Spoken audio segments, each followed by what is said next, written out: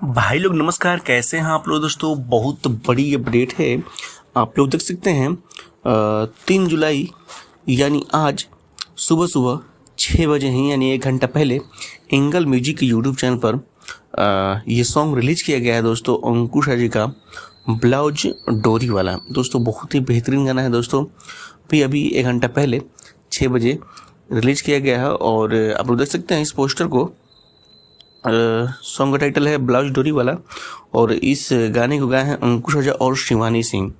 और दोस्तों जो इसमें एक्ट्रेस हैं वो चांदनी सिंह हैं और इस गीत को लिखे हैं शशि गोस्वामी और संगीत है जॉनी जी और वीडियो है गोल्डी जायसवाल का।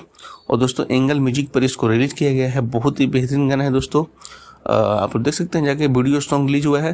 तो आप लोग जितने भी अंकुश जी के फैंस हैं, तमाम जितने भी फैंस हैं, आप लोग इस चैनल को सब्सक्राइब कीजिए और इस वीडियो को ज़्यादा से ज़्यादा शेयर कीजिएगा।